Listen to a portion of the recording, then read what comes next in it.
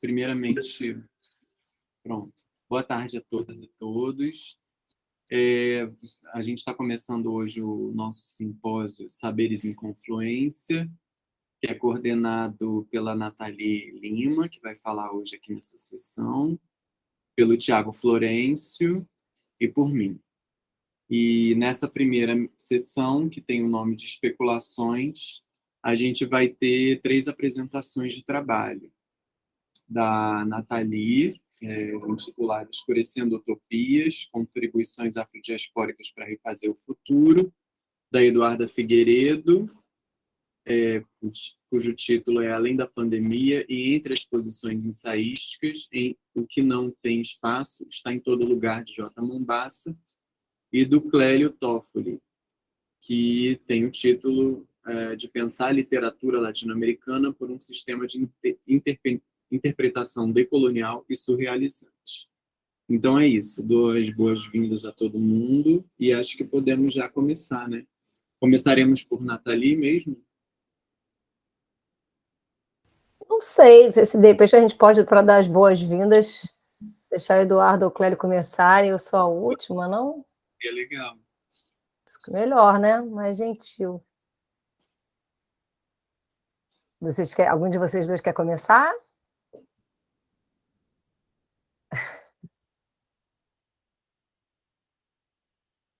Está fechado o seu microfone, Clélio. Está fechado. Começa aí, Clélio. Passamos para a Eduarda e depois Nathalie fechando. Tá bom, pode ser. Eu acho ótimo. Pode ser? Só que seu microfone está fechado, Clélio. Vou fechar o meu. Não estamos ouvindo. Agora você abriu o microfone e não está dando para te ouvir.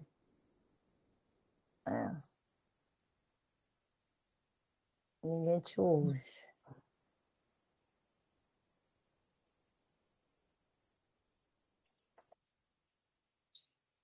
Tá dando um chiado assim, mas a sua voz não está saindo. Será que funcionaria você testar um fone com microfone? Ou então, talvez ver nas configurações aqui. Tá. Então, Eduarda, você pode começar? Tá. Engraçado que aqui no Meet ele não aparece quando o microfone da pessoa está aberto ou fechado. Ah, não, aparece em cima, tá? Dá para ver. Aí, o Clélio vai tentando ajeitar essa situação e aí vamos ouvir a Eduarda, então. Tudo bem? Tudo bem. Boa tarde, Eduarda. Boa tarde. Eu vou ler um texto que eu comecei a esboçar para essa comunicação de agora. É minha primeira apresentação nesse tipo de evento, então pode ser um pouco truncada a minha apresentação. Eu vou ler o texto, peço licença. Então, boa tarde. Eu agradeço a coordenação do simpósio, a Abralic e demais pessoas na coordenação e monitoria do evento. Eu me chamo Eduarda e estou como estudante no programa de mestrado de pós-graduação em estudos de linguagem da UFMT. Vocês estão me ouvindo? Tá correndo? Tá, obrigada. A pesquisa que eu faço na dissertação é sobre alguns filmes feitos na pandemia de Covid-19 e como eles a abordam.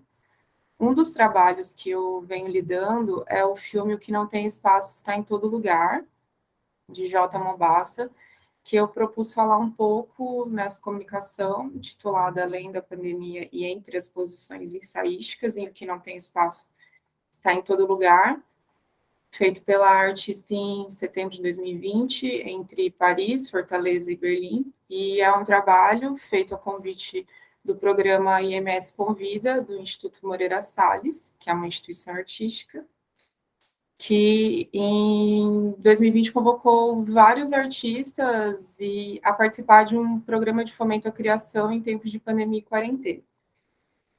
E durante o curso, buscando filmes que lidassem com a pandemia de uma forma mais transversal e que a deslocasse de um registro temático da representação transparente, clássica, tradicional, e que tensionasse algumas questões do campo do cinema e da análise fílmica por exemplo, que é de onde eu estava partindo, o filme da J. Mombasso, Que Não Tem Espaço, Está em Todo Lugar, apareceu.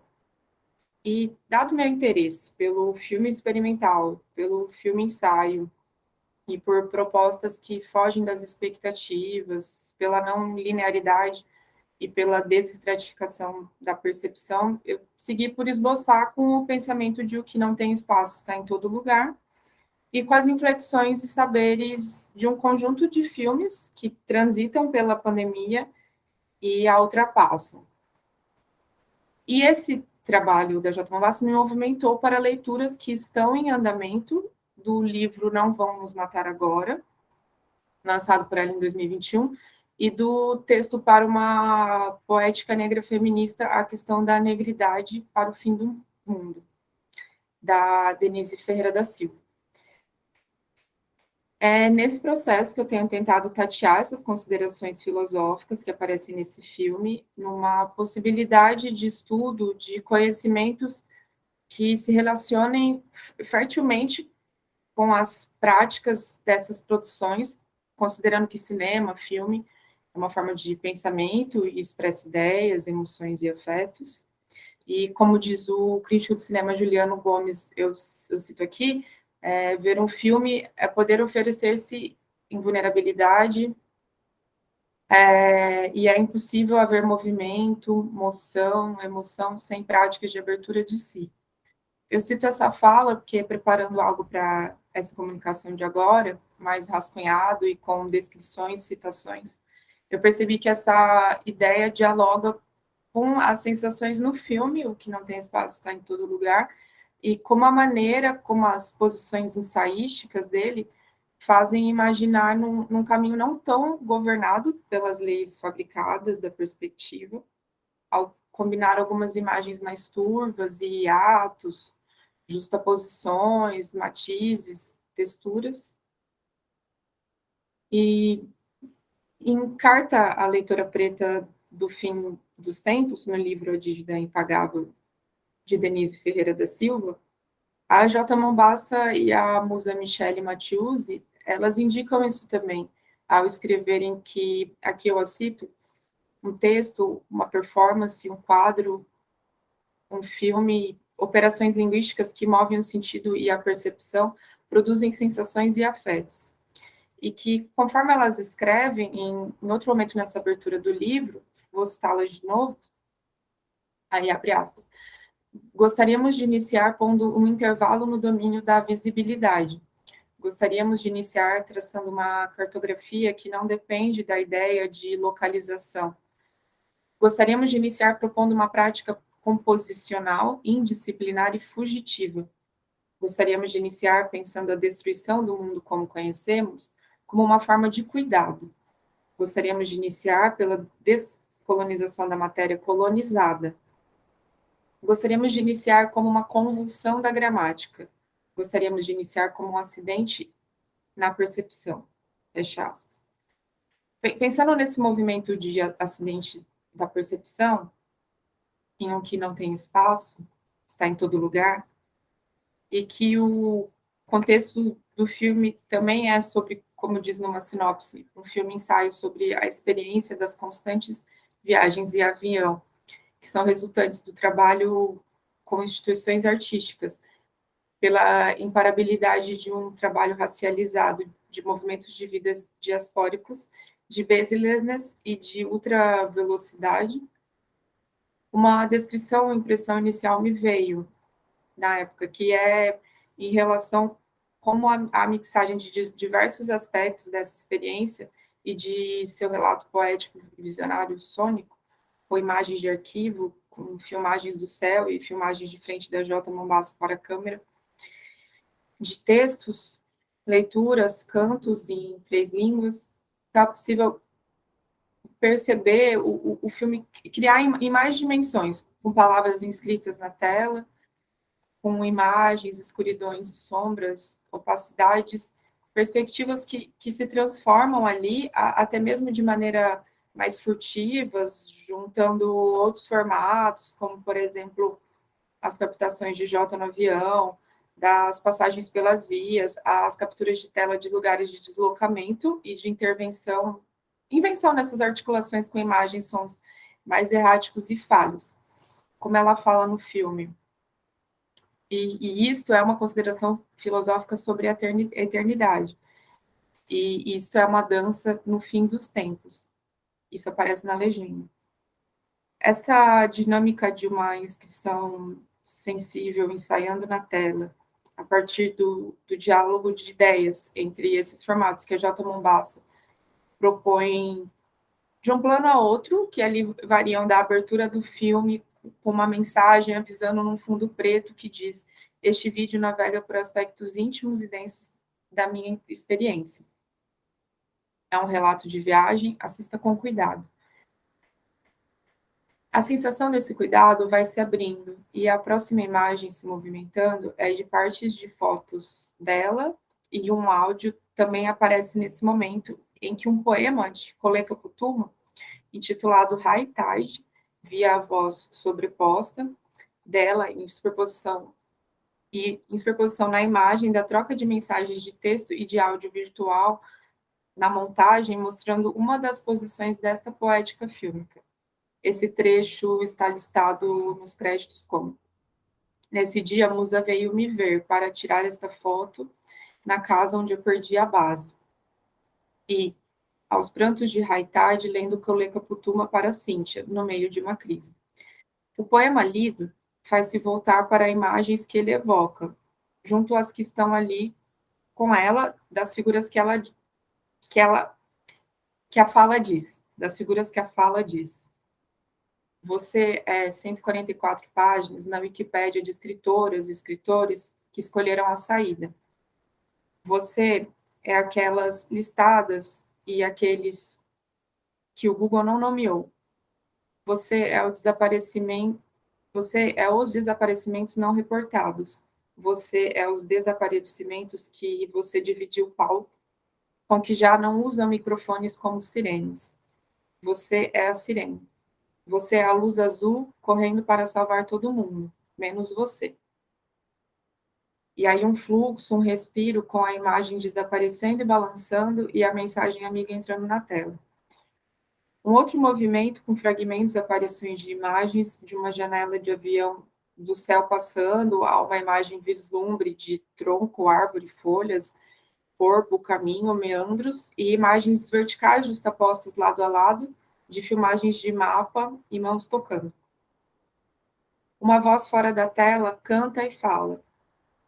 Isso é um poema sobre morte e desaparição. Isto é uma música sobre uma comunidade de fantasmas. Isto é também uma declaração sobre mim escutando vozes. Isto é uma foto de um teto de vidro quebrado. Isto é uma afirmação de nada.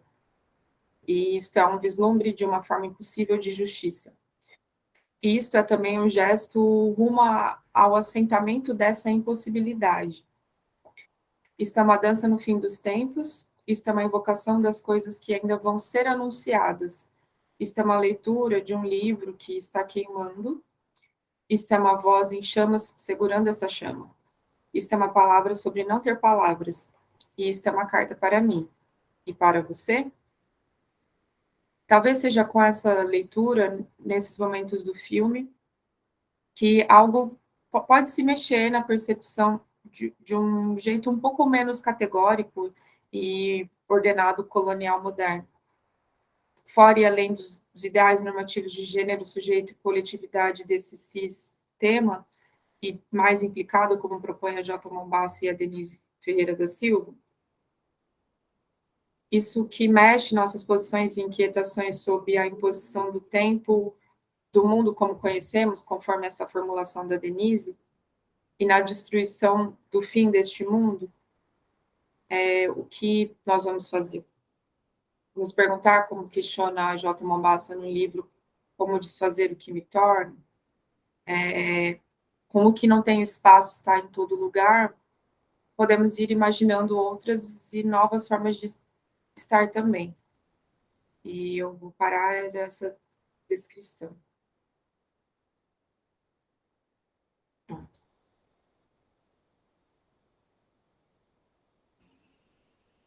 Encerrou? Sim. Obrigado, Eduardo. Obrigada, Felipe. Então, vamos passar a palavra para o Clélio, por favor. Vamos ver se está funcionando agora. Estão me ouvindo? Tá ótimo. Agora está ok? Então tá. Então vou começar. Primeiramente, queria agradecer a oportunidade aí, essa simpósio temático tão importante, tão interessante. E vou falar sobre o título que eu acabei dando para essa comunicação de agora, é Em Busca das Hermenêuticas do Sul, um esboço de introdução. Eu vou fazer uma leitura também de um texto já prévio, tentando fazer também comentários para não ficar tão maçante, tão maçante. Então, tem a epígrafe aqui do texto. Desde sua primeira expansão, quando apelava para a busca de novos mundos, a civilização europeia já afiava as espadas para a dominação e o assalto. Assim, com uma mão faziam o sinal da cruz e com a outra baixavam o ferro sobre as cabeças das nações que viviam o sonho de um mundo em que todos caberiam, os humanos em comunhão com todos os não-humanos, reverenciando a Mãe Terra como fonte de todo bem-viver. Água, florestas e montanhas e todos os invisíveis seres da teia da vida constituíam nações de gentes e seres, humanos e não humanos, antes da ideia do antropocentrismo doentio, introduzido pelo pensamento racionalista, que passou a dominar as mentalidades. É do Ailton Krenak, num prefácio do livro chamado Abya Yala. Então, agora eu vou começar efetivamente o meu texto. A leitura do ensaio Colonialidade del Poder, Eurocentrismo e América Latina, de Aníbal Quijano, que formulou e consolidou o conceito de colonialidade do poder no amplo espectro das humanidades, traz em seu conjunto uma vasta gama de possibilidades de utilização e interpretação muito presente hoje nos estudos literários. Ponto de partida da construção da tese que aqui se busca introduzir, Quijano identifica nas navegações europeias em busca das Índias sua chegada na América e o início da conquista, da usurpação e da colonização do seu território, também o início do eurocentrismo como um modo de existência da Europa em relação às demais regiões globais. Foi também nesse momento histórico que se inventou a Europa moderna, quase 100 anos antes de Descartes fincar bandeira na modernidade europeia, com o seu conceito de racionalismo resumido na ideia de cogito ergo sum. Importa destacar que antes da invenção da Europa moderna, esse lugar que se começou a chamar de Europa Ocidental era ocupado quase em sua totalidade pelos bárbaros, conforme nominados ainda no Império Romano, bárbaros esses que são a sua gênese. Até então, o centro do mundo era a Ásia e também o Império Otomano, e sua Constantinopla, antiga capital do Império Bizantino, e quase exclusivo entreposto comercial entre a Europa Ocidental e o Oriente. A primazia sempre foi oriental. A Grécia, a Mesopotâmia, o Mediterrâneo, a Europa Latina é uma cultura periférica, secundária e isolada pelo mundo turco, sendo certo que do Atlântico ao Pacífico o que chega é a universalidade muçulmana. É importante perceber que o Renascimento italiano cria uma falsa equação, ocidental igual helenístico mais romano mais cristão. Tal falsa equação permite o nascimento da ideologia eurocêntrica. Esquecem deliberadamente que a origem do mundo muçulmano, sim, é helenística bizantina. Toda essa questão vai bem demonstrada por Henrique Dussel, no seu El Primer Debate Filosófico de la Modernidad. Abro aspas. En el siglo XV, anterior a 1492, lo que llamamos Europa Occidental, latino-germánica, era un mundo periférico y dependiente del mundo islámico, concretamente del Imperio Otomano, desde la toma de Constantinopla en 1453, cuya época clásica la cumplirá Solimán el Magnífico, 1520 y 1566. Europa Ocidental nunca había sido centro de la história. Essa nova condição europeia, após o início das navegações, acabou por criar um mito de continuidade, baseado na falsa sensação de diacronia unilinear de evolução, estabelecida como Grécia, Roma, Europa. Invento ideológico do século XVIII, principalmente do romantismo alemão. Seguindo-se essa falsa ideia concebida pela Europa Ocidental sobre si própria, constituiu-se a base do colonialismo, fundada principalmente no racionalismo, no racismo e no capitalismo, três pilares da modernidade. A construção da modernidade passa a ser, após a Revolução Industrial e o Iluminismo, tida como tendo a Europa como centro de irradiação de cultura e todas as demais culturas como sua periferia. Segundo Dussel, está criado o conceito provinciano de modernidade a partir do eurocentrismo. Toda essa discussão é que vai servir de fundamento para Aníbal Quijano construir sua teoria da colonialidade do poder, perspectiva teórica de tamanha potência que vai assim descrita por Rita Segato, abre aspas. Em outras palavras, ela imprime um novo rumo à leitura da história mundial e impõe de tal forma uma torção em nosso olhar que é possível falar de um giro copernicano, ou seja, de uma franca mudança de paradigma que cancela a possibilidade de se retornar a um momento anterior ao da sua compreensão e assimilação. Fecha aspas. Para se ter uma ideia do quanto é basilar a posição da modernidade e do eurocentrismo no momento da tomada da América pelos espanhóis, seguidos pelos portugueses, basta perceber que nos estudos pós-coloniais clássicos, oriundos de pensadores africanos e asiáticos, não há crítica à modernidade embutida em suas críticas ao colonialismo. E não há porque não se fala em modernidade antes do iluminismo nesses estudos. Se ignora por completo esse suceder de fatos que inaugura o eurocentrismo. Em rápido resumo, os estudos pós-coloniais tradicionais aceitam sem contestação a impostura da fundação da modernidade no momento bem posterior, conforme muito bem percebido por Nelson Maldonado Torres, e aqui de novo eu abro aspas, uma das formas mais eficazes de evitar as questões atinentes ao papel da experiência colonial da modernidade tem sido situar o nascimento da era moderna nos finais do século XVIII. É verdade que os estudos pós-coloniais chamaram a atenção para as questões da espacialidade e da colonialidade. No entanto, na maioria dos casos, os pesquisadores dos estudos pós-coloniais acatam a autodefinição da modernidade, e, em particular, a fixação temporal do seu início entre os finais do século XVIII e princípios do século XIX.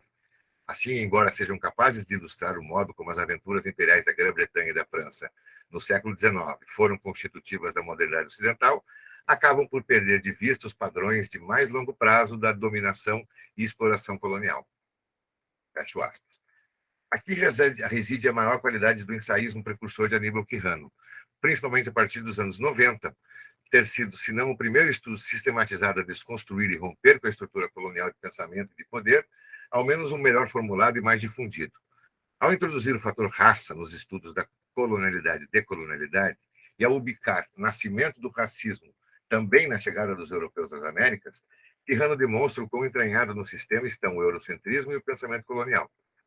Não é caso aqui de se passar para a análise de cada um dos eixos da perspectiva de colonialidade do poder de Quijano, mas cabe um pequeno apanhado do mais luminoso da teoria como um todo, que nos permitirá mais adiante continuar na construção da tese, olhando a hermenêutica que sempre chegou a essas terras novas como complemento do eurocentrismo, fonte de dominação teórica que invadiu a Academia das Colônias. Uma das questões mais inovadoras é a apresentação do dualismo e identidade racial. Povos com diferentes histórias e culturas foram reduzidos a uma única categoria, a de índios, em contraponto ao europeu. Houve apagamento de toda a sua identidade histórica. Passou-se a referir-se apenas à identidade racial desses povos, reduzidos à coisa, à luz das teorias racionalistas cartesianas. Segundo esse pensamento, não passavam de raças inferiores que produziam culturas inferiores. Veja-se que outra consequência da cultura racionalista da racialidade é a criação artificial de que a Europa era o cume da civilização, e os demais povos e culturas eram todos inferiores, por anteriores e sem sofisticação de pensamento e linguagem. Ainda no campo da crítica ao eurocentrismo, dominante como uma espécie de pensamento de exportação, Quijano chega a desconsiderar o marxismo clássico como forma de pensar e interpretar a América Latina, mas não rejeita o que chama de marxismos, e muito menos busca tirar de Marx a legitimidade de sua concepção dialética da história. E o faz sem eximi-lo de críticas e posições ambivalentes em relação ao eurocentrismo. Aqui eu citei Denis Rubo. Aqui ele introduz em seu favor o pensamento de José Carlos Mariátegui, uma espécie de precursor das ideias sul-sul e da crítica ao eurocentrismo e ao colonialismo. Nesse ponto, abre aspas, Quijano insere Mariátegui numa tradição filosófica e epistemológica, fazendo dele um formulador do modo de produzir conhecimento distinto dos aportes europeus. Novamente, Denis Alfaro Rubo. Fim, ainda no referido artigo, Quijano produz o que talvez seja a mais certeira crítica ao racionalismo cartesiano e a faz ao analisar o sistema de separação corpo e não corpo, alma, via Descartes. Pela primeira vez na história, note-se que essa questão acompanhou os debates da filosofia ocidental de há muito. Se propala uma separação absoluta entre a alma, portadora da razão, sujeito, e o corpo, mera carcaça, objeto. Um dualismo radical. Tais ideias já vinham se costurando no pensamento europeu desde os debates de Valladolid em 1555, entre Sepúlveda e Bartolomé de las Casas, sobre a condição humana ou não humana do indígena do Novo Mundo. Mas foi Descartes quem lhe deu a forma absoluta de corpo e alma, objeto e razão. Vejamos nas palavras do próprio Quijano, abre aspas, siempre me he preguntado por el origen de una de las más caras propuestas del liberalismo. Las ideas deben ser respetadas. El cuerpo, en cambio, puede ser torturado, triturado y muerto. Fecho aspas, Quijano. Essa concepção absolutamente dual entre o corpo e não corpo serviu como justificativa para 300 anos de escravização de indígenas do Novo Mundo e de negros africanos, com base no argumento falacioso de que, ao não serem sujeitos racionais, seriam exploráveis e domináveis. Ainda antes de encerrar esse pequeno apanhado de Quijano que cabe nessa comunicação, é importante que se fale um pouco sobre a temporalidade da colonialidade na perspectiva teórica do pensador peruano. Ao contrário dos estudos pós- e anticoloniais mais antigos, Quijano não admite deixar a colonialidade repousada no passado da exploração da América Latina. Segundo ele conclui, a colonialidade de poder segue agindo até hoje, na forma de colonialismo interno, com os mesmos mecanismos de dominação do mais fraco e eternizando a miséria, a exploração e a morte. A título de argumentação e mera exemplificação, vejamos em breve resumo como Tsvetan Todorov relata o mesmo período histórico da chegada dos europeus à América, no seu livro A Conquista da América, publicado originalmente em 82 na França e republicado várias vezes sem alterações. Embora faça um diagnóstico preciso da chegada de Colombo ao Novo Mundo e também aloque aí o momento do nascimento da modernidade, fale da exploração, do genocídio, da impossibilidade do conquistador em enxergar o outro nos povos nativos, aborde os problemas com clareza e método, chega a cometer deslizes como se espantar com o caráter negativo da palavra colonialismo entre os povos da América. E o mais grave, trata Hernán Cortés como um grande administrador e defensor dos nativos. Também chega a justificar o injustificável, escravidão, como nesse trecho, abro aspas. Não é preciso fechar-se numa alternativa estéril. Ou se justificam as guerras coloniais, em nome da superioridade da civilização ocidental, ou então se recusa qualquer interação com o estrangeiro, em nome de uma identidade própria. A comunicação não violenta existe e pode ser defendida como um valor. Isso poderia fazer com que a tríade escravismo, colonialismo, comunicação não seja apenas um instrumento de análise conceitual, mas acabe por corresponder também a uma sucessão no tempo. Isso vindo de um autor que, na sequência do livro, que tem como subtítulo A Questão do Outro, afirma que a história exemplar da conquista da América nos ensina que a civilização ocidental venceu, entre outras coisas, graças à sua superioridade na comunicação humana. Esse é o Todorov, né? A mera colocação na mesma frase das palavras colonialismo, escravidão e valor já bastaria para retirar da tese defendida qualquer credibilidade.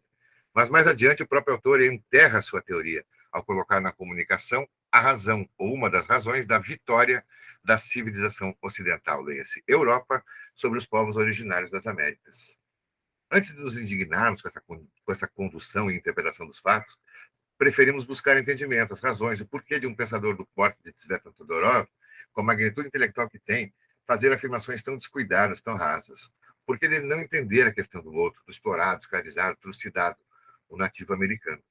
Após a reflexão, a resposta parece clara. Todorov é um autor europeu, logo está impregnado de eurocentrismo. No final das contas, é um hermeneuta do norte global. Sua interpretação será sempre dessa banda. Dito isso, pode-se afirmar que estamos diante de um problema de modo de pensamento e não de sujeito. Pode-se trocar Todorov por qualquer outro intelectual europeu surgido após o estabelecimento do eurocentrismo e do colonialismo. E esse será sempre um hermeneuta do norte global, independente da qualidade da sua produção, das boas intenções ou até da adoção de suas ideias por pensadores do Sul. E qual seria a solução a ser buscada na tese que aqui se introduz? A resposta é simples e ao mesmo tempo oceânica. Buscar erigir sistemas de interpretação que pensem a partir do lado de cada das linhas abissais, desenhadas por Boaventura de Souza Santos no seu Para Além do Pensamento Abissal, das linhas globais a uma ecologia de saberes. Um caminho de longa investigação científica a tentar deslocar, e aqui eu coloquei deslocar e depois acabei mudando, acho que não basta deslocar o eixo, a gente precisa quebrar o eixo interpretativo, que sempre teve alocado na Europa colonialista para o sul global, e quebrando o eixo com o qual nós estamos acostumados, com as hermenêuticas que chegam para a gente, construir sim com o eixo quebrado. O mero deslocamento eu acho que não seria suficiente para a gente poder construir um sistema hermenêutico do sul, vamos dizer assim. Fechando essas minhas próprias aspas agora, vou seguir na leitura. Sempre esteve alocado na Europa colonialista para o sul global, para que se possa estabelecer uma nova maneira de interpretar que deixe de lado o cânone europeu como hegemônico, sem rejeitar as influências, como o próprio Quirrano defendia. Buscar as hermenêuticas do Sul, tirar a figura grega de Hermes e, quiçá, substituir por Exu, abrir os caminhos da hermenêutica para o Sul global. Cabe ainda puxar para essa comunicação, esse recorte de apresentação da tese, as críticas contundentes de Silvia Rivera Cusicanqui, até mesmo a pensadores que fazem parte fundamental do embasamento teórico da comunicação e da tese, como Henrique Dussel e Aníbal Quirrano, apontados pela autora como não suficientemente defensores de uma ideia sul-sul, em razão de fazerem a circulação triangular do seu pensamento, tendo como vértice as academias do Norte. Aqui foi uma explicação rápida da leitura da Cusicanqui, né? Ela diz que esses, Dussel e Quirrano, são só um exemplo, ela fala de vários intelectuais aqui da América Latina, que só se sentem abrigados, suas teses abrigadas, depois de uma triangulação, ou seja, depois de que a tese saia da América, suba para a Europa ou para os Estados Unidos e desça de volta para a América Latina, aí já com a chancela do Norte. Não? Então, é por isso a crítica que a Cusicanqui faz. Muito embora, a meu ver, algumas críticas sejam pertinentes e outras exageradas, a obra da professora boliviana não pode ser descartada. Primeiro, por tratar das imagens do colonialismo no espectro latino-americano, e principalmente por desejar a mesma coisa que a presente ideia de tese. Ou seja, em suas palavras, né, da Cusicanqui, abro aspas, assim, funda-se um projeto de modernidade mais orgânica e própria que a modernidade falsa das elites, caricaturas de Ocidente que vivem da ventriloquia de conceitos e teorias, de correntes acadêmicas e visões de mundo copiadas do Norte ou tributárias dos centros de poder hegemônicos.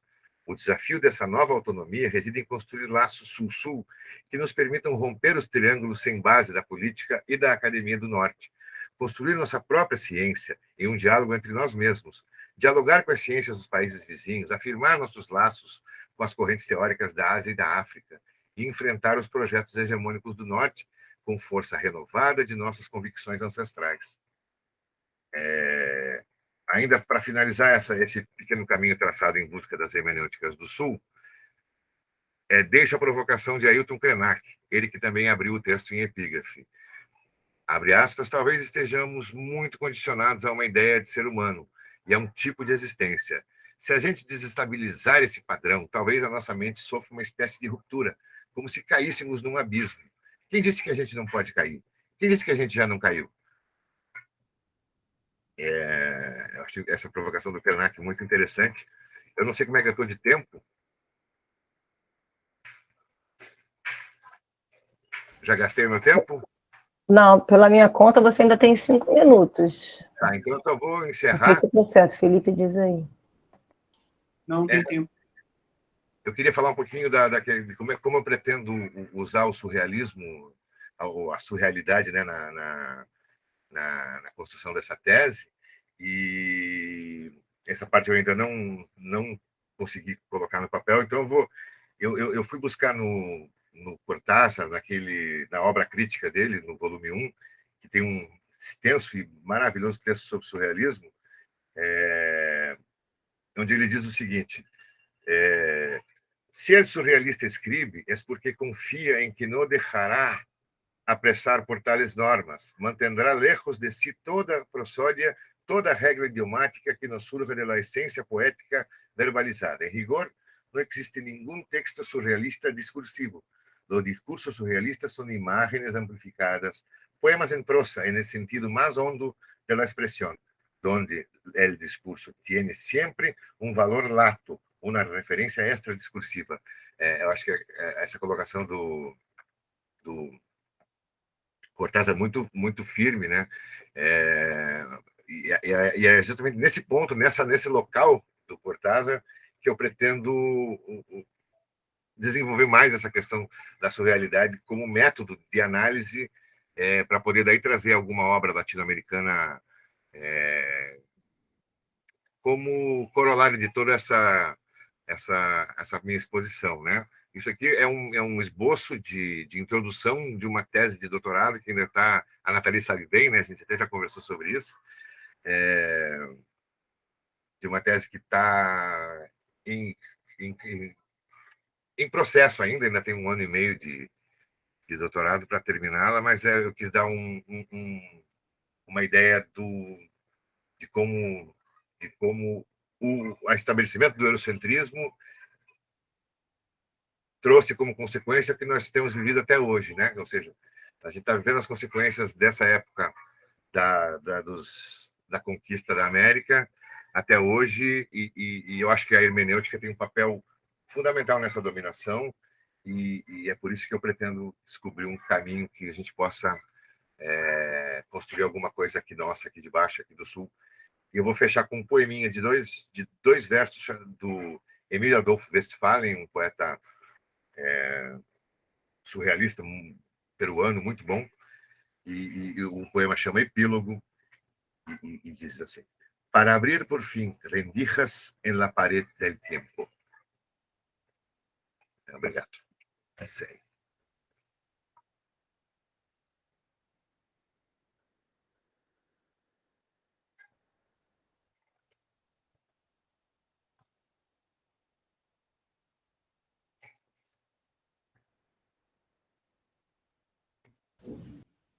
Felipe está por aí?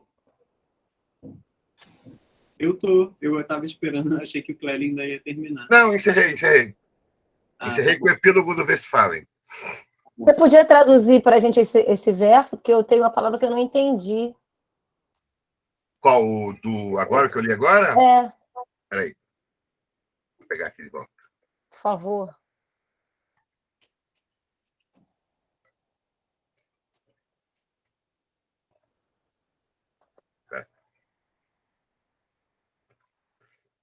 Para abrir, por fim, rachaduras na parede do tempo. Para abrir, por fim, rendijas en la pared del tiempo. Para abrir rachaduras na parede do tempo. Ok? Era isso, Nathalie? Obrigado, Clélio. Sim, Obrigado a vocês. Vamos passar, então, para a Nathalie, falar um pouco sobre escurecer as utopias. Nathalie, está com você a palavra. Obrigada, Felipe. Então, vou dar boa tarde a todas e todos e todes, e bem-vindos também a esse simpósio que a gente está organizando, que começa hoje. Uma honra estar aqui, uma alegria. Eu preparei um texto, espero que vocês não durmam enquanto eu leio ele, e ele é um aspecto, na verdade, o que tem aqui é um aspecto da minha pesquisa de pós-doutorado, que hoje em dia eu faço lá no programa de pós-graduação em estudos de literatura da UF.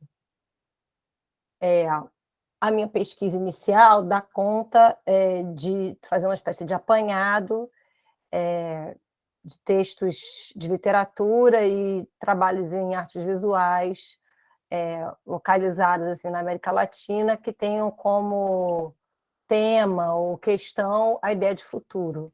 E eu circunscrevi essa pesquisa em termos de temporalidade, digamos assim, final dos anos 90 para cá. E o que eu vou ler não é exatamente sobre isso, mas é um aspecto, quer dizer, é sobre isso, mas já é um desdobramento dessa pergunta. Vamos lá. Só um instantinho que eu vou minimizar para poder ficar com as duas telas abertas aqui.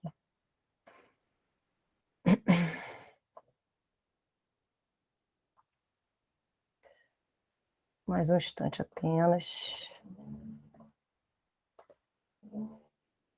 Vamos lá.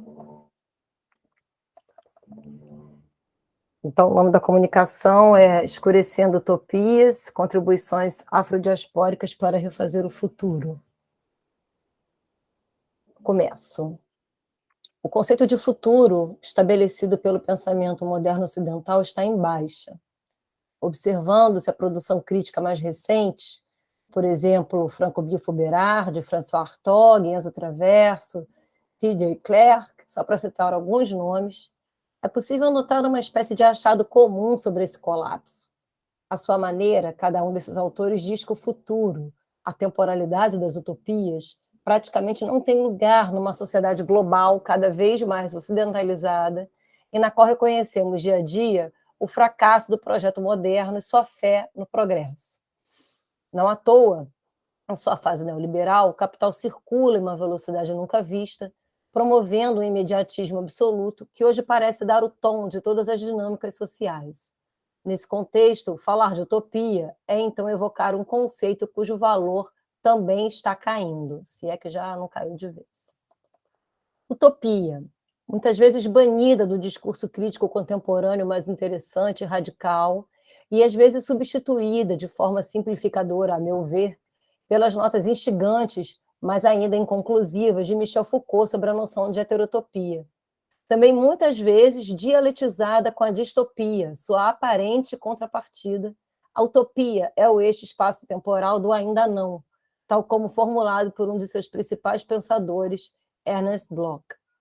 De fato, a utopia é uma espécie de expectativa ou esperança que parece não mais encontrar lugar na produção crítica atual. Em parte porque é lida como uma formulação ingênua, necessariamente ligada a uma noção difusa de vanguarda, seja ela política ou artística, para a qual o futuro é uma temporalidade a conquistar e colonizar como um topos, um território. Em parte também porque, em seu estágio atual, o capitalismo global parece impossibilitar a produção de um imaginário comum capaz de nos permitir uma saída do atual estado de coisas. Afinal, vivemos num aqui e agora hipermediatizado, em que o passado se apresenta como algoritmo e o futuro aparece não mais como telos, mas como ameaça.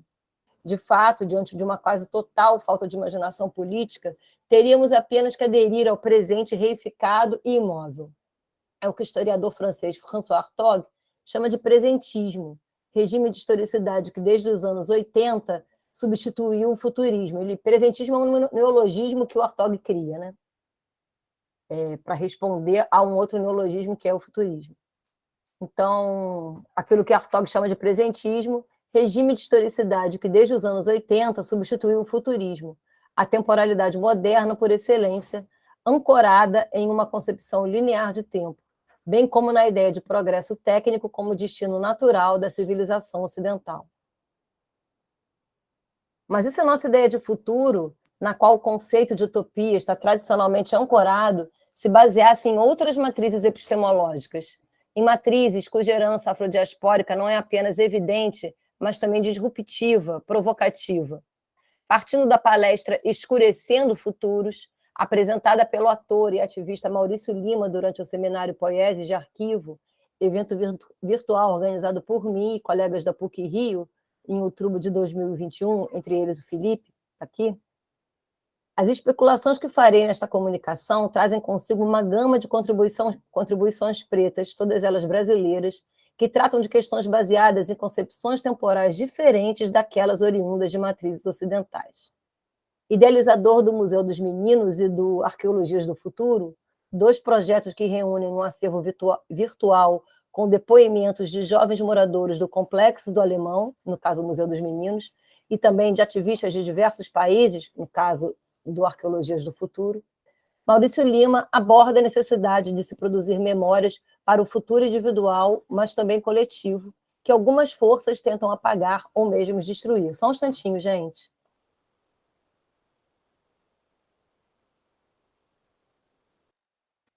Desculpem, tive uma intervenção infantil aqui. Então, vamos lá. Então, Maurício Lima aborda a necessidade de se produzir memórias para um futuro individual, mas também coletivo, que algumas forças tentam apagar ou mesmo destruir. Isso ocorre no cotidiano das periferias brasileiras, que são também latino-americanas, é bom lembrar, graças a uma política de exclusão social baseada principalmente na violência onipresente e racializada. Durante as gravações de Arqueologia do Futuro, Lima faz uma pergunta central para pessoas como Djamila Ribeiro, Érica Malonguinho, Paulo Matos, Joacine Catar, Yuri Cruz, entre outras. Como escurecer o futuro? De certa forma, essa tarefa tem a ver com a sua própria biografia. Homem negro cis, de pele clara, criado no Complexo do Alemão, como se autodefine, Maurício Lima busca estratégias de escurecimento que tornem seu corpo mais e mais preto. Mas ele também quer contribuir de outra forma, nos encorajando a seguir um caminho no qual seja possível pensar e agir na escuridão. Essa me parece ser uma boa proposta, se pensada em sua potencial radicalidade. Afinal, no mundo saturado de imagens, seria interessante trazer à tona a nossa capacidade de pensar e sentir na escuridão. Escuridão aqui aparece não como algo ruim ou ameaçador que devemos trazer à luz, e sim como um lugar ou potência não explorada, funcionando de duas maneiras. Por um lado, para nos ajudar a... Isso aqui já sou eu falando, não é mais o Maurício. Por um lado, para nos ajudar a deixar de lado, ainda que provisoriamente, a parafernália imagética que nos cerca. Por outro, para que apostemos no modo de pensar que não seja governado apenas por imagens e representações prontas. Isso tem a ver com a importância do que eu gostaria de chamar de contra-imagens pretas, que vão sendo criadas para enfrentar imagens e imaginários produzidos e reificados pela branquitude. Também indica que há força em imaginários não ou menos representativos. Acho que o exemplo que a Eduarda trouxe sobre esse vídeo da Jota já vai ao encontro disso que eu estou falando. Falando isso pela descrição que ela fez, porque eu não vi esse vídeo. Bom, durante a sua apresentação no seminário, Maurício Lima desligou sua câmera e convidou o público a fazer o mesmo. Ele disse, eu vou citá-lo, convido todos vocês a virem comigo para a escuridão, disse ele.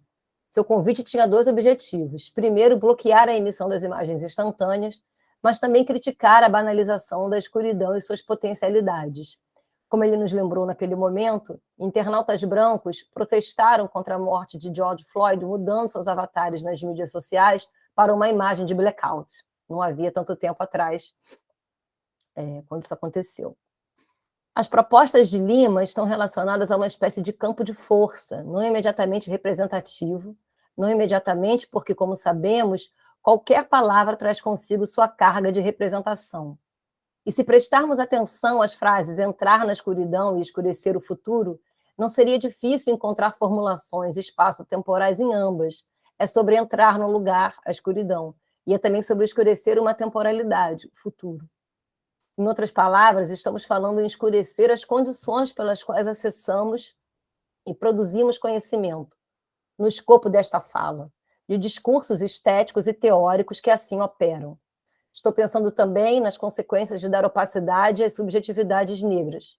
Haveria, portanto, a urgência de se produzir um imaginário sobre o depois e o futuro, que tenha a ver com processos de subjetivação escuros, bem como de escurecer nossas matrizes epistemológicas. Ou seja, um imaginário que não se deixa capturar ou apreender com clareza. É a partir do investimento em forças não representativas que minha proposta se desdobra. Mas antes de apresentar alguns casos mapeados até agora na pesquisa, de pós-doutorado, eu gostaria de explicar como essa pesquisa se relaciona com as questões expostas até agora aqui nessa apresentação. Intitulada Futuros Latino-Americanos entre Luto e Invenção, minha pesquisa investiga algumas obras de literatura e artes visuais produzidas na América Latina durante os últimos 30 anos.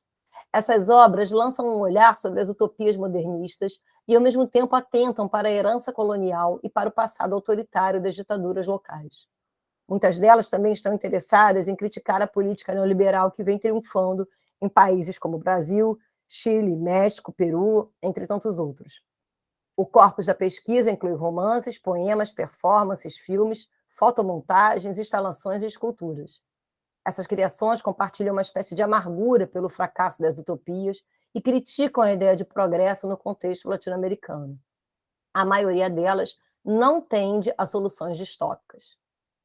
Ao longo de 1 ano e meio de pesquisa, percebi que, apesar de suas inegáveis qualidades estéticas, alguns dos meus intercessores falam do futuro com amargura ou com uma espécie de desdém. Refiro-me a obras como o Poema Longo, O Livro do Cão, de Carlito Azevedo, o romance 2666, de Roberto Bolanho, a novela Cães Heróis, de Mário Bellatin, bem como a instalação O Direito à Preguiça, de Nuno Ramos. Esses exemplos não se interessam em garantir condições capazes de permitir o surgimento de um imaginário diferente sobre o futuro. O que eles fazem é nos mostrar a queda do projeto moderno no contexto latino-americano e suas consequências num presente, para usar as palavras de Nuno Ramos, gangrenado. Eu gosto muito desse termo, gangrenado, que ele usa. Em contrapartida, obras como, e aqui eu vou fazer uma lista de uma outra parte do corpus, que é o que interessa para responder as questões que eu coloquei no começo da fala. Em contrapartida, obras como de artistas pretas e pretos como Paulo Nazaré e sua performance de longa duração chamada Notícias da América, Fabiana E. Souza e o vídeo Navio OVNI, Ayrton Heráclito e a série fotográfica História do Futuro, Eustáquio Neves e seu conceito de fotografia construída, e de poetas como Aline Mota, em A Água é uma Máquina do Tempo, é um livro bem recente, e Edmilson de Almeida Pereira. Aí não é um livro, na verdade são vários poemas, né? Penso em poemas como Orfeu, Antiódio Marítima, O Mar, Cemitério Marinho, Calunga Lungara, em que a recordação fantasmática do oceano e a diáspora africana são espacializados com um rigor formal apurado, cortante, mas penso também em Cortejo de Congo, Matina, Candombe, Tambores, em que a oralidade de franca afroconfluência nos apresenta o universo das congadas e o saber banto. Penso também no pensamento, me refiro também ao pensamento teórico ensaístico da multiartista Jalta Mombassa, em Seu Não Vamos Matar Agora. Me refiro a Leda Maria Martins, em Performance do Tempo Espiralar, e em outros trabalhos, esse é o mais recente, e em Luiz Rufino, com a sua pedagogia das encruzilhadas, e também me refiro a Nego Bispo, em suas várias e potentes intervenções orais. Todos esses agentes, vamos dizer assim, vêm ou complexificando a nossa maneira de experimentar o tempo, ou abordando diretamente o futuro e o depois. Existiria, nesse corpus preto, uma espécie de positividade na abordagem da ideia de futuro, o que não significa uma ideia futurista, nem mesmo afrofuturista, a ser criada e performada. Do meu ponto de vista, tal fenômeno estaria diretamente relacionado ao passado colonial nas Américas devido a dois fatores. A necessidade de construir um depois em que os corpos não sejam racializados. E 2, a abordagem não linear do espaço-tempo encontrada em suas poéticas tributárias das epistemologias afrodiaspóricas. E poéticas aqui podem ser poéticas artísticas ou poéticas teóricas, digamos. Como o tempo dessa apresentação é muito curto, né, não posso me estender muito, eu gostaria de falar, então, de um desses trabalhos que eu mencionei aqui. E eu gostaria de falar sobre o vídeo Navio OVNI, da performer mineira Fabiana E. Souza. Resultado de uma junção de fragmentos audiovisuais colhidos na internet sobre as festas de Congado, o vídeo retoma as poderosas e desafiadoras relações espaço-temporais em espiral embutidas nesses rituais, como demonstra a Leda Maria Martins com seus estudos sobre essa tradição e os conceitos de tempo espiralar, encruzilhada, oralitura e corputela. Para a Leda Maria Martins, na atualização da memória coletiva afroatlântica a partir de performances e dramatizações, a congada faz o tempo se dobrar sobre si mesmo, graças aos movimentos em espiral dos corpos, bem como aos seus cantos. Com essa tecnologia, teria sido possível reescrever o passado no presente, abrindo caminho para o futuro desde o século XVII. Esses atos, diz Leda, garantiram a permanência virtual de muitos dos ancestres e, mais importante, ou tão importante quanto, na verdade, garantiram a sobrevivência da civilização banto em um território afrodiaspórico e antinegro, o Brasil. Na verdade, não tem uma comparação, né? A sobrevivência da civilização banto só foi garantida porque a permanência virtual dos ancestres pôde ser garantida. Enquanto manifestações cosmopolíticas ancestrais, as congadas, então, são capazes de produzir conhecimentos que se infiltram e africanizam os saberes e temporalidades eurocristãos e coloniais. E aqui eu vou parar para mostrar um pedaço do vídeo da Fabiana E. Souza, do Navio OVNI, é um teaser de 1 minuto e pouco. O vídeo tem algo como 13, 15 minutos. Infelizmente eu não tive acesso a ele, porque tem que ter senha, aí eu não consegui falar com ela a tempo, mas de todo modo a gente não teria tempo de ver ele inteiro aqui. Então eu vou compartilhar a tela com vocês, vocês vão perceber que há um texto em off que ela fala, e eu, depois que o teaser acabar, eu vou continuar a leitura do texto em off para finalizar minha fala. Vamos lá. Só um minutinho.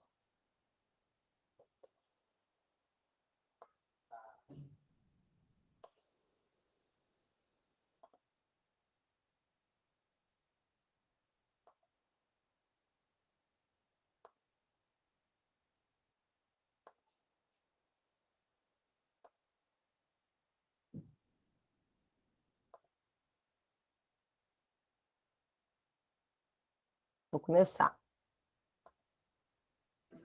Os afro-brasileiros são os descendentes reais de uma mutação sublime da violência. Na maioria das vezes, essa mutação de origem rizomática acontecia durante a viagem de sequestro interatlântica, dentro desse espaço suspenso entre o mundo que era deles e o desconhecido que estava por vir.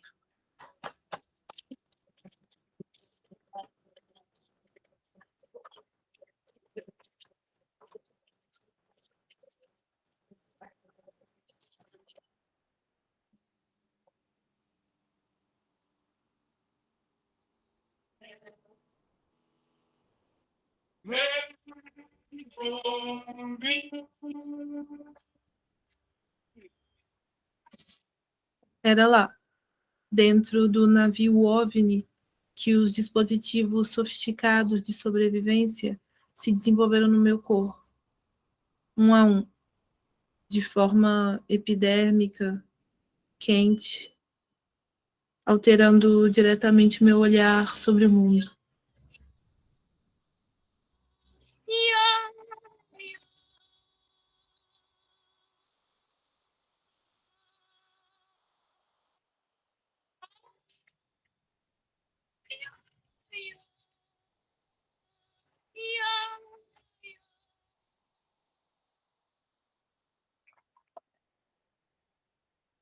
Bom, e o texto continua assim.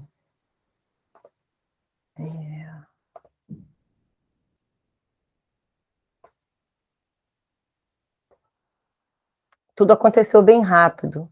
Eu me lembro desse flash de luz que me cegou bem forte.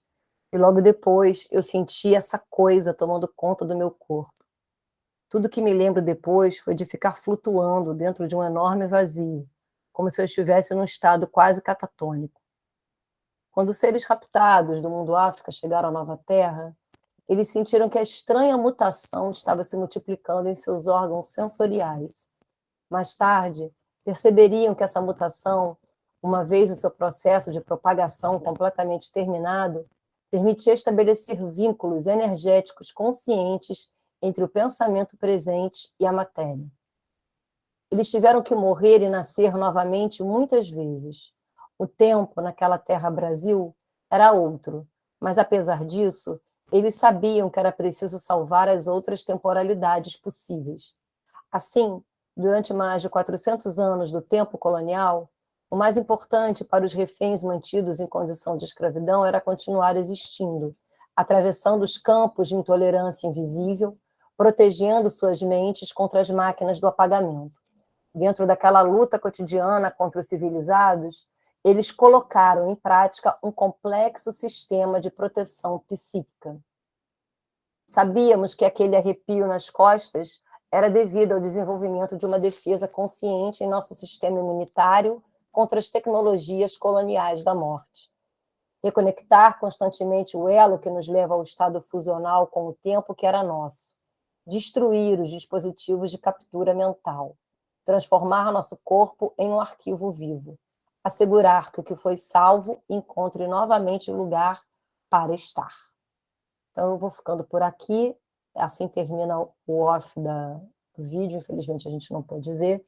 E aí fica uma pergunta. É possível, então, escurecer utopias? Assim, escurecer, primeiro porque esse termo, marcadamente um termo moderno, né? Marcadamente um termo forjado no nascer da modernidade, é possível torcer esse conceito e escurecê-lo, já que, aí sim, seria como o Maurício fala, e de alguma maneira esse corpus que eu estou formando vai falar de diferentes maneiras. É importante pensar na ideia de futuro, a partir de outras epistemes e de outros pontos mesmo, de outros pontos de vista? Aí fica essa pergunta que está correndo aí pela minha cabeça. Muito obrigada pela escuta de vocês, pela paciência. Obrigado, Nathalie. Bom, a gente pode passar para a nossa conversa. Vou só aqui, como mediador, fazer alguns comentários e aí a gente parte para uma conversa com quem quiser também comentar, perguntar. Primeiro, em relação à fala da Eduarda, você traz acho que as falas se atravessam em alguns aspectos e se tensionam em outros, né? Você traz esse filme da Jota e uma certa reflexão em relação a essa articulação entre relato de experiência e produção de conhecimento, né? Que vem sendo muito debatido e comentado, de certa forma, quando a gente entende que existe, sim, uma experiência em primeira pessoa que influencia, né, os trabalhos e a produção de conhecimento, mas que ela não se reduz a uma produção de conhecimento. Eu acho que artistas e pessoas que transitam entre a arte e a produção acadêmica, como a J. Mubassa, né, a própria Michelle Matthews, elas têm lidado com essa articulação, né? Então, me chamou a atenção isso, né? Como você me parece que não toma o filme como uma ilustração do que a Denise coloca em outros termos, né, textuais, mas como proposições, né, propostas que dialogam entre si. Então isso por si já é bastante interessante, né? Eu pensei muito no filme Ori, de 1989, não sei se você conhece esse filme, dirigido pela Raquel Gerbert, e muito baseado no pensamento da Beatriz Nascimento, né?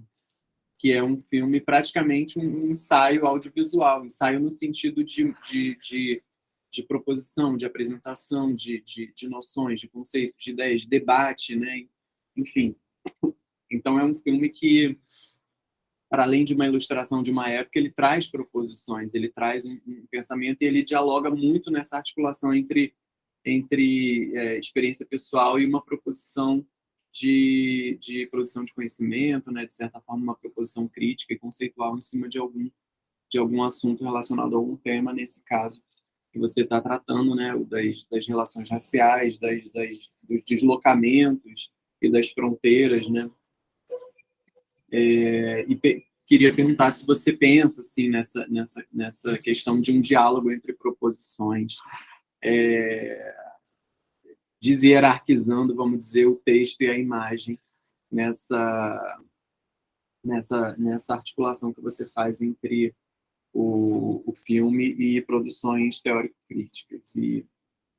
E aí, pro Clélio, fiquei pensando em... Você trouxe, né, de certa forma, essa proposição de um sistema hermenêutico latino-americano, né, como você chama, e fico pensando como é que você lida com... e que traz, de certa forma, uma ressonância, não vou dizer nenhuma homogeneidade, que seria uma palavra ruim, mas uma ressonância entre proposições e conceituações, né, de pensadores de linhas diferentes, de procedências diferentes, inclusive geográficas, né? Mas fiquei pensando como é que você lida também com as heterogeneidades disso que a gente chama de América Latina, né? Por exemplo, se a gente pensa na noção do Glissant, existe a noção de relação que ele propõe, mas existe uma noção muito impactante que ele também propõe, que é de criolização, que eu acho que dialoga muito com a noção de cruzo, por exemplo, talvez que o Luiz Rufino propõe, né, junto com o Luiz Antônio Simas, e que me parece talvez um pouco talvez tensione um pouco com essa perspectiva decolonial, não sei, né, porque acho que quando você traz uma certa crítica ao pós-colonial, é de uma mesma galera, vamos dizer assim, que propõe a colonialidade do poder, e dentro disso cunha esse termo do decolonial, né, em uma perspectiva diferente do que foi pensado pelo pós-colonial até então. Então, eu fiquei pensando de como você percebe essas heterogeneidades, assim, e se isso também faz parte desse sistema hermenêutico e conceitual que a gente poderia evocar, né? Porque quando a gente fala dessa colonialidade do poder, a gente também está falando de uma certa colonialidade das próprias noções de espaço e tempo, né? E isso é uma coisa que às vezes passa batido. E nesse sentido, acho que toca na fala da Nathalie, no sentido de que existe um deslocamento da palavra utopia para vamos dizer, uma etimologia que remete a lugar, para um uso que remete muito mais a tempo, né? Ou a espaços temporais, né? Quando você traz o trabalho do Maurício, é muito impactante, porque o Maurício ele está, de certa forma, se contrapondo a uma lógica que tira a possibilidade de futuro de certas pessoas não reconhecidas como cidadãos, né? Então, quando ele faz o Museu dos Meninos, ele está estabelecendo uma memória a quem não tem direito a essa memória e nem ao futuro, né? Porque são duas noções que vêm juntas. Então, eu acho que, no caso, quando você propõe a utopia, está muito colado com a noção de futuro por esse deslocamento de uma questão espacial, de uma noção espacial para uma noção de tempo. Não sei se faz sentido isso aqui que eu estou colocando, mas eu penso muito nisso, assim, diante da sua fala, né? E aí, nesse sentido, a Leda traz isso com muita presença na noção de tempo espiralar, né? Ela não usa o termo utopia, mas ela concebe de uma outra forma essas relações, né? Até nessa perspectiva da encruzilhada que ela traz, né? E onde o Rufino bebeu para falar de cruzo, e até uma certa contraposição à noção de descolonização e de decolonialidade, né? Porque ela vai dizer que essas práticas culturais elas já são uma contraposição à colonialidade, né? Então, o que seria descolonizar, né? Nesse sentido, por isso que quando a gente pensou o simpósio, a gente pensou muito no Nego Bispo, quando ele fala de contracolonialidade, né? Então, acho que são noções que, às vezes, aparecem de uma forma, com um uso meio corrido, assim, mas que elas acabam refletindo proposições que evocam uma certa heterogeneidade nesse pensamento produzido aqui no Sul, né, vamos dizer assim, ou na América Latina. Queria ouvir um pouco mais de vocês sobre isso, se possível. E depois, quem quiser comentar e perguntar também se sentir à vontade, inclusive em relação a esses comentários aí que eu fiz. Obrigado, gente.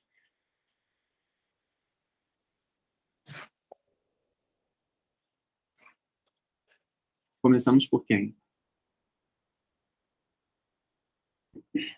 Eduardo, quer falar? Uhum. Se você pudesse só retomar, assim, porque eu tentei anotar algumas coisas, eu entendi que era sobre as proposições, o que... É porque você trouxe o texto que elas escreveram para o livro da Denise, não foi isso? Sim. Então, tá, os textos e o filme, e como é que eu estou articulando isso na dissertação? Como coloca isso sem uma relação hierárquica, né, do texto, sim, como uma proposição mais articulada dentro de um certo código, né, de produção de conhecimento, e do filme não como uma ilustração desse texto, mas como algo que está nesse limiar entre a experiência pessoal e a produção de conhecimento, e que traz proposições também. Queria ver se você percebe assim, se você vê assim, ou se você como é que você vê essa articulação? Tá, eu acho que tenho tentado não hierarquizar uma forma com a outra, pensando que o filme ali tem um pensamento, tem uma proposta, e que os textos dos livros e das referências bibliográficas que eu tenho buscado dialogam com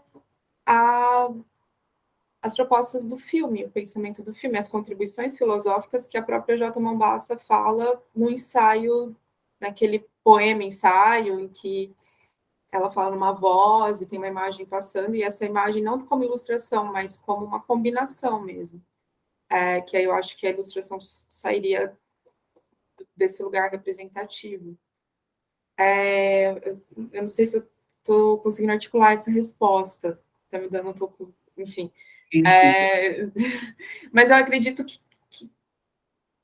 num processo de uma escrita mais ampla, entre os textos e o que a Jota propõe lá, que é de imaginar, de ter essas imagens que transversais da pandemia, a pandemia está presente ali de outras formas, e alguns outros filmes que eu tenho trabalhado também tem essas propostas, a ideia de que um filme também tem um pensamento, assim, tem não o teórico acadêmico, é uma outra forma. Não sei se fez algum sentido, assim. Sim, total, é verdade. Também vai muito para o lado da performance mesmo, né? Que tem a ver Isso, da performance, da presença, assim, com as imagens, sons, intervenções. É isso. Alguém quer comentar? Clélia quer falar? Posso comentar seu comentário? Na verdade, você me pegou ali no... É um nó, assim, da minha pesquisa. Eu até... Essa parte que eu trouxe para cá, para o simpósio hoje, ela é meio que uma identificação uma localização do problema, uma identificação do problema, né? Agora, até que ponto o conceito de decolonialidade é central, não está certo na minha cabeça. A minha ideia até que não seja.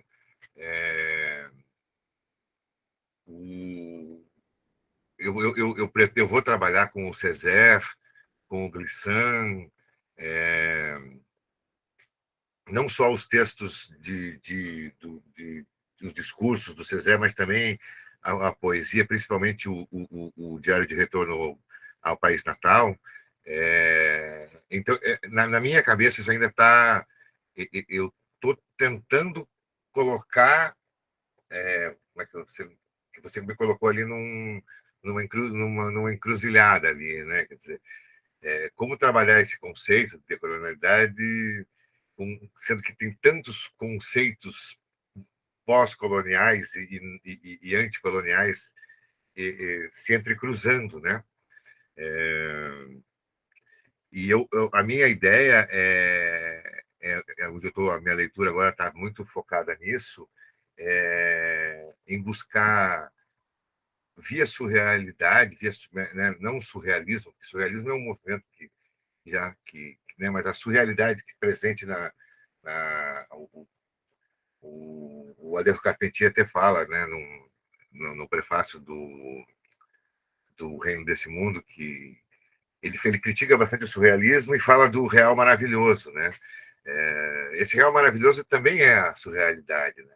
É interessante. Então, eu pretendo jogar aí, por isso que eu falo ali no título original, que estava no resumo, da interpretação surrealizante, né? Eu ainda estou procurando o caminho correto, mas eu pretendo trazer, quando for falar da surrealidade e da surrealização, tentar tirar esses pontos, essas arestas. Eu acho que o surrealismo é mais importante, a surrealidade, do que a decolonialidade no meu trabalho. Não sei se ficou claro, mas...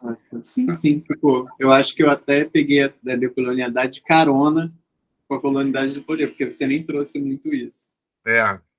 Mas porque na hora de identificar ali, eu estava lendo Quijano e me deu esse clique das hermenêuticas do Sul, então eu desenvolvi ali a partir dessa... não podia deixar passar batido o Todorov também, porque é um absurdo. Esse livro, ele ao mesmo tempo é muito bom e tem essas barbaridades que ele cometeu ali, que eu apontei. Mas acho que isso tudo é capaz até que essa minha leitura aqui fique como um pré-estabelecido na minha tese, nem entre, sabe? A partir do momento que eu consiga realmente... e aqui eu agradecer a Nathalie, eu tenho lido muito a Graciela Esperança, eu tenho lido as suas indicações daquela nossa conversa, e acho que eu vou acabar saindo, eu estou quase saindo. Acho que é isso. Obrigado, Clélia. Nathalie, quer comentar alguma coisa? Não quero, porque na verdade eu não sei muito assim, o seu comentário, né? Porque se a gente pensar, não sei muito se eu vou conseguir responder o seu comentário, acho que eu vou fazer comentários sobre o seu comentário e a gente chega onde... Talvez você possa também me dizer se você concorda com isso, que a noção de utopia ela perde um pouco o caráter de lugar e ela vai uma noção de tempo que se articula muito com essa noção de futuro que faz parte também de uma certa modernidade, né, vamos dizer, e que nesse esquema que a gente vive, né, não é para todos, vamos dizer assim. Eu acho que o trabalho do Maurício vem torcer um pouco isso. Não, concordo inteiramente. Acho que a gente para pensar na etimologia da palavra, utopia é um não lugar, ou aquilo que não existe, embora o criador da palavra tenha escrito um romance em que de um lugar que existe, né?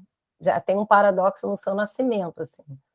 Por que ele escreve um romance onde uma sociedade é perfeita e o nome desse romance é um não lugar? Então, eu acho que isso funda essa palavra e acho que essa palavra, ela infelizmente ou felizmente, não sei, claro, é porque assim, a relação de espaço e tempo nunca pode ser pensado sem o espaço, né? Pois é, o próprio título do trabalho da Jota fala um pouco ressoa isso, né? Mas tempo não pode ser pensado sem espaço, e vice-versa. A própria Denise Ferreira da Silva, eu acho que é no Dívida Impagável, que aliás, o projeto dela é tentar pensar a partir de uma matriz em que essas categorias não sejam mais válidas, inclusive a categoria de tempo e espaço. Então, não dá para pensar uma coisa sem pensar a outra, isso nos funda.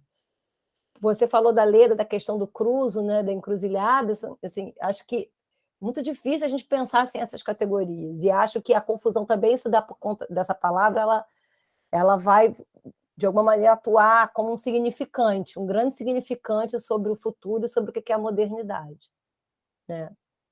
A questão é, se reivindica-se o futuro, e eu acho que, por exemplo, se a gente pensa hoje nas representações do futuro, nas artes de uma maneira geral, as representações são distópicas. Então, por isso que eu fiz um investimento também nessa ideia de utopia como não lugar, acho que isso é uma coisa que eu posso explorar, que de alguma maneira também está no trabalho do Maurício, é que como falar desse assunto sem cair no que eu chamo de armadilha distópica. Porque, para mim, a distopia é uma espécie de, sei lá, de controle de imaginário, assim, de controle que, de alguma maneira, embota o imaginário. Então, esses trabalhos que eu elenquei aqui, não tem nenhum trabalho onde o poema se passa no futuro, ou o vídeo se passa no futuro, não é isso. É o futuro como questão a ser articulada, seja na poética, seja conceitualmente. E eu acho que aí dá para ter um jogo, assim. E, assim, por fim, só para não ficar me estendendo muito, eu acho que a noção de utopia aí aparece, sim, como hoje ela está hoje, como diz aquele texto do Benjamin, quando ele fala da experiência, né? Experiência e pobreza, a experiência está em baixa, né? A utopia está em baixa e a distopia como contraparte da utopia está em alta. Então, assim, que não é uma contraparte, na minha opinião, essa dialética é falsa. E aí, talvez a utopia na qual eu esteja pensando primeiro, dá para pensar em futuro sem pensar em utopia? Essa é uma pergunta para mim. Eu acho que não, porque essas coisas se misturam. Então, essa resposta, eu diria que Seria essa. E segundo, como levar? É possível levar esse conceito adiante? Ou é melhor ir sem ele? Ou, dá para torcê-lo, escurecê-lo, ou não é viável, entende? A professora Ana Kiefer da PUC, ela publicou um texto recentemente pela N-1 chamado O Brasil é uma heterotopia. E ela ali faz uma espécie de cartografia dos três conceitos, utopia, heterotopia e distopia, a partir da herança colonial,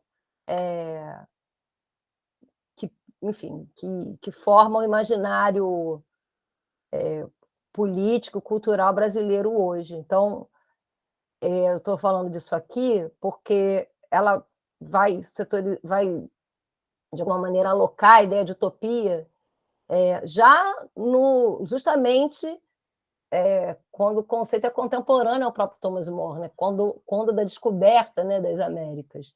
Então, as Américas foram uma utopia para quem na Europa não tinha mais lugar, mas também foram uma heterotopia, no sentido de que foram um lugar onde as perversões puderam ser desaguadas, foram lugares de exceção, e foram distopias para os povos originários e para os povos que passaram pela diáspora.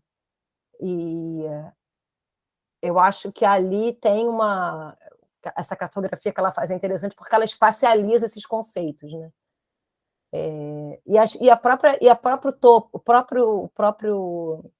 A própria constituição desses conceitos, ela traz consigo a espacialização, né?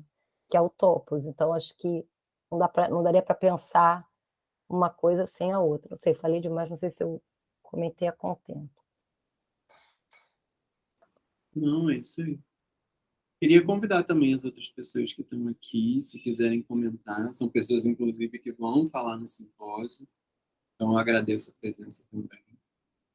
Ou se vocês quiserem comentar um fala do outro, seria bom.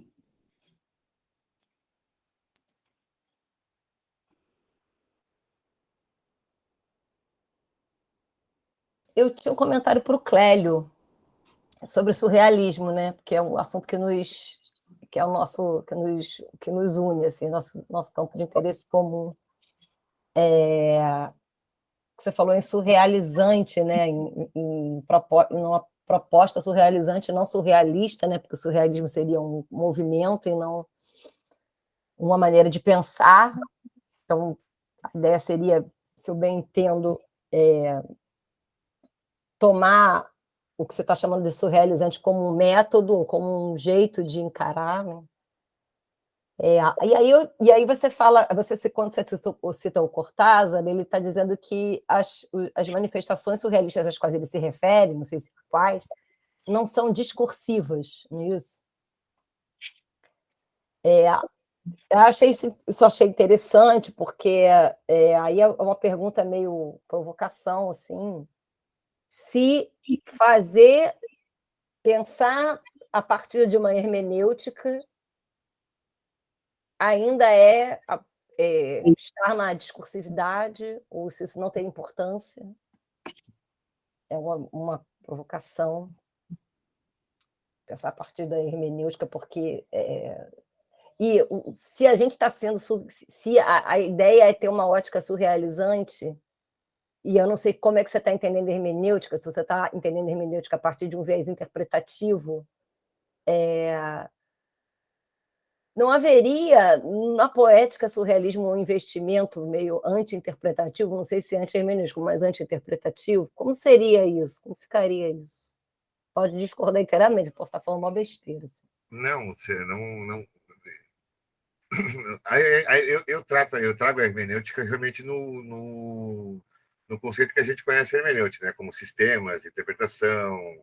A hermenêutica foi basicamente cunhada para a interpretação de textos religiosos e jurídicos, né? E depois ela começou a ser usada. Isso eu estou deixando para lá a hermenêutica grega antiga e estou tratando só da hermenêutica moderna, né? E depois começou a ser usada para o campo filosófico e para o campo da literatura, mas começou como um sistema de interpretação de códigos religiosos e depois passou para os códigos jurídicos também, né? A hermenêutica tradicional, então, seria essa hermenêutica do norte, que é com a qual a gente pensa, né? Se você for ver bem, é com a qual a gente pensa. Você pensa no Dasein do Heidegger, você pensa daquele jeito, né?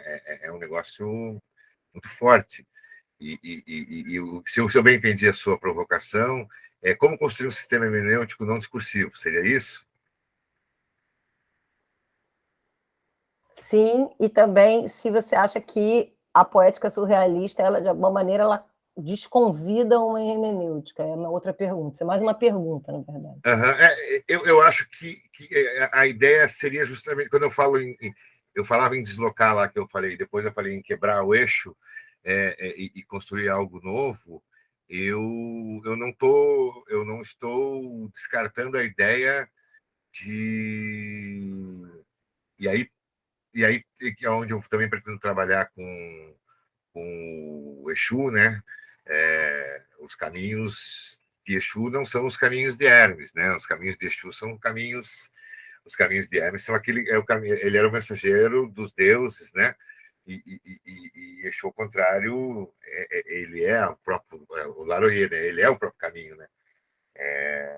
Então eu acho que a minha ideia é construir uma hermenêutica, ou tentar, né? Seria muita petulância da minha parte querer construir um sistema hermenêutico numa tese de doutorado, mas dar os caminhos, dar uma contribuição, uma possibilidade de um sistema hermenêutico fora mesmo, totalmente fora do que a gente está acostumado. E aí poderia o surrealismo, sim, e acho que poderá, e na minha cabeça deverá ser essa poética surrealista, pode ser, sim, a chave para esse novo modo de pensar. Acho que talvez seja um pouco abusado, mas é mais ou menos o que você coloca como problema, eu tinha na minha cabeça como solução. Pode ser que seja realmente um problema e eu me embanane inteiro e esse negócio não saia, mas eu acho que eu vejo isso como solução, não como problema. Maravilha. E aí, quando você traz essa... Tem se falado muito sobre Exu, né, que está na boca do povo, tem esse ditado, né, que até o MC o filme dele com essa com essa com esse aforismo assim, né, que Exu matou um pássaro ontem com a pedra que atirou hoje, diz respeito não só ao fato da gente olhar para questões de um passado com um olhar de hoje que vai transformar essas questões ou que vai trazer novas questões, proposições, mas também o Muniz Sodré vai dizer, né, como no Pensar Nagô, como o fato de que Exu é aquele que cria o tempo. Então tem a questão espacial articulada com o tempo mais uma vez, né? Esse sentido de criar uma temporalidade, né? E aí, nesse sentido, fiquei pensando nessa articulação da fala da Eduarda com da Nathalie, porque lidar com esse fim do mundo, né, não é lidar com uma distopia necessariamente, né, com uma perda de perspectivas, mas e também não lidar com a utopia num lugar de uma idealização de alguma coisa, né? Não sei, fiquei pensando nisso. Então, ao mesmo tempo, lidar com o fim do mundo de certa forma, lidar com a noção de utopia e de futuro, mas de uma outra maneira, né? Que não é essa maneira distópica, vamos dizer assim. Né? Não sei se faz sentido para vocês. Tanto que a Jota está nas duas falas, né? Mas de maneiras diferentes e até com objetos diferentes, né? Um filme e um livro. Então, acho que o Marcelo comentou aqui também do filme da Castiel, que é outra artista que também está nesse âmbito de produção artística contemporânea, dialogando muito com a Jota, com a Michelle Mathiuzzi, que tentam pensar esse fim do mundo de uma forma, como o fim de uma certa concepção, né, do mundo, que tem a ver com a concepção de tempo, tem a ver com a concepção de espaço, que tem a ver com a concepção das fronteiras, né? Não sei se vocês querem comentar alguma coisa sobre isso. Se, de repente, o Marcelo gostaria de falar um pouco mais sobre como esse filme da Cachel dialoga também com o filme da Jota, porque parece que também você trabalha um pouco nessa perspectiva. Enfim, fiquem à vontade aí.